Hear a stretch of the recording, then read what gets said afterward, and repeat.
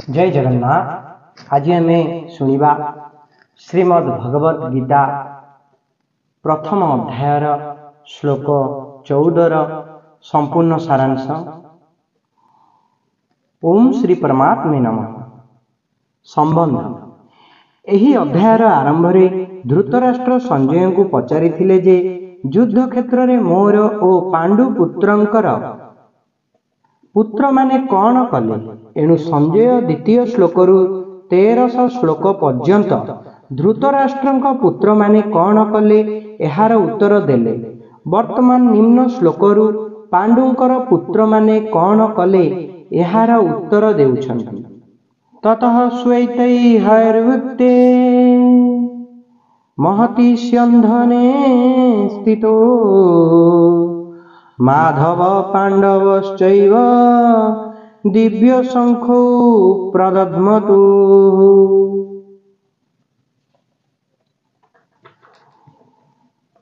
तत्पश्चात धवल अश्वयुक्त महान रथ उपरे विराजमान लक्ष्मीपति भगवान श्रीकृष्ण और पांडु पुत्र अर्जुन मध्य उच्च स्वर रे दिव्य शंख वादन कले।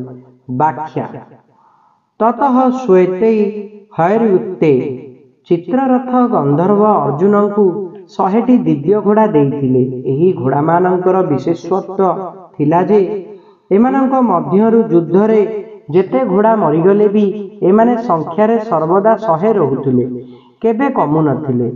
एमाने स्वर्ग मर्त्य आदि सबु स्थान को जाई पारुथिले। एही 100 घोड़ा मध्यरु 4टी अति सुंदर और तालीम प्राप्त धड़ा घोड़ा अर्जुनंक रथरे जोचा होइथिला। महति स्यन्धने स्थितो यज्ञ रे आहुति रूपे प्रदान करा जाउथुबा घृत भक्षण करी अग्निंकर अजीर्ण होइथिला। सेथिपाई अग्निदेव खांडव वनरु जड़ीबूटी खाई निजर अजीर्ण दूर करिबाकु चाहुथिले। मात्र देवता माने खांडव वन को रक्षा करुथिबारु से निज कार्य रे सफल होई पारुनथिले। से खांडव वन को जळाइबा पाई चेष्टा कला बेलकु इंद्र वर्षा करी अग्नि को लिभाई दियंती।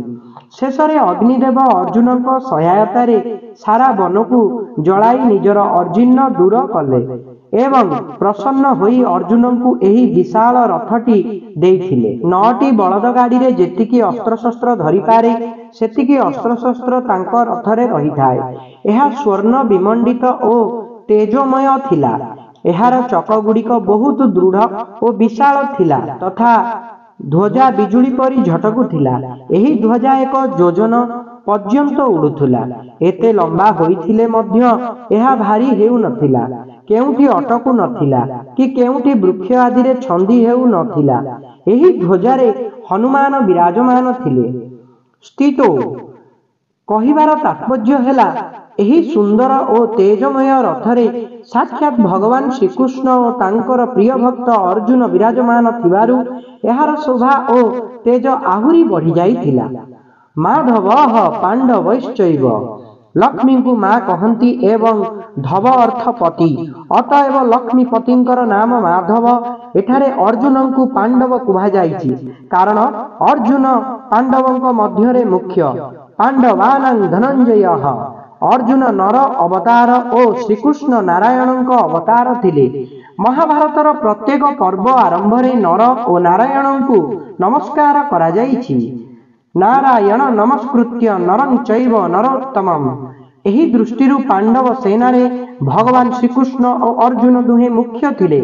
संजय मध्य गीतार समाप्ति रे कहिसंती जेउठी जोगेश्वर भगवान श्रीकृष्ण और गांडीवधारी अर्जुन थिवे सेठारे श्री विजय विभूति और अटल नीति रहिवे। दिव्य शंखो प्रदध्मतु भगवान श्रीकृष्ण और अर्जुन का हस्तर शंख तेजमय और अलौकिक थिला। सेही शंख दुईटी को दुहे उच्च स्वर रे बजाइले।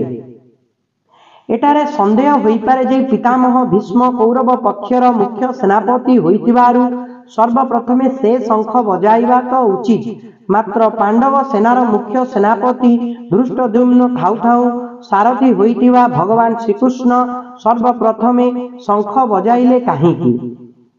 एहार समाधान हेउछि भगवान सारथी होइथांतु बा महारथी होइथांतु ତାଙ୍କର ବିଶେଷତ୍ୱ କେବେ ଲୁପ୍ତ ହୁଏ ନାହିଁ। ସେ ଯେକୌଣସି ପଦବୀରେ ଥିଲେ ବି ସର୍ବଦା ସର୍ବଶ୍ରେଷ୍ଠ ହୋଇ ରହନ୍ତି। ସେ ଅଚ୍ୟୁତ, କେବେ ଚ୍ୟୁତ ହୁଅନ୍ତି ନାହିଁ। ପାଣ୍ଡବ ସେନାରେ ଭଗବାନ ଶ୍ରୀକୃଷ୍ଣ ହିଁ ମୁଖ୍ୟ ଥିଲେ ଏବଂ ସେ ହିଁ ସମସ୍ତଙ୍କୁ ସଞ୍ଚାଳନ କରୁଥିଲେ। ସେ ବାଳକ ଥିଲାବେଳେ ମଧ୍ୟ ନନ୍ଦ ଉପନନ୍ଦ ପ୍ରଭୃତି ତାଙ୍କ କଥା ମାନୁଥିଲେ। ସେଥିପାଇଁ ତ ସେମାନେ ବାଳକ କୃଷ୍ଣଙ୍କ କଥାରେ ପାରମ୍ପାରିକ ଇନ୍ଦ୍ର ପୂଜା ଛାଡ଼ି ଗୋବର୍ଦ୍ଧନ ପୂଜା ଆରମ୍ଭ କରିଦେଲେ। ତାତ୍ପର୍ଯ୍ୟ ହେଲା, ଭଗବାନ ଯେକୌଣସି ଅବସ୍ଥାରେ ଯେକୌଣସି ସ୍ଥାନରେ ଓ ଯେଉଁଠି ବି ରହନ୍ତି ସେଠାରେ ସେ ମୁଖ୍ୟ ହୋଇ ରହନ୍ତି। ସେଥିପାଇଁ ପାଣ୍ଡବ ସେନାରେ ସର୍ବପ୍ରଥମେ ଭଗବାନ ଶଙ୍ଖ ବଜାଇଲେ। ଯେ ନିଜେ ଛୋଟ ଉଚ୍ଚ ପଦବୀରେ ନିଯୁକ୍ତ ହେଲେ ତାକୁ ବଡ଼ ମନେ କରାଯାଏ। ଯେ ଉଚ୍ଚ ପଦ ଯୋଗୁଁ ନିଜକୁ ବଡ଼ ମନେ କରେ ସେ ନିଜେ ବାସ୍ତବରେ ଛୋଟ। ମାତ୍ର ଯେ ନିଜେ ବଡ଼ ସେ ଯେଉଁଠି ରହିଲେ ବି ତାଙ୍କ ଯୋଗୁଁ ସେହି ପଦ ମଧ୍ୟ ବଡ଼ ହୋଇଯାଏ। ଭଗବାନ ଏଠାରେ ସାରଥୀ ହୋଇଥିବାରୁ ତାଙ୍କ ଯୋଗୁଁ ଏହି ସାରଥୀ ପଦ ମଧ୍ୟ ବଡ଼ ବା ଉଚ୍ଚ ହୋଇଗଲା।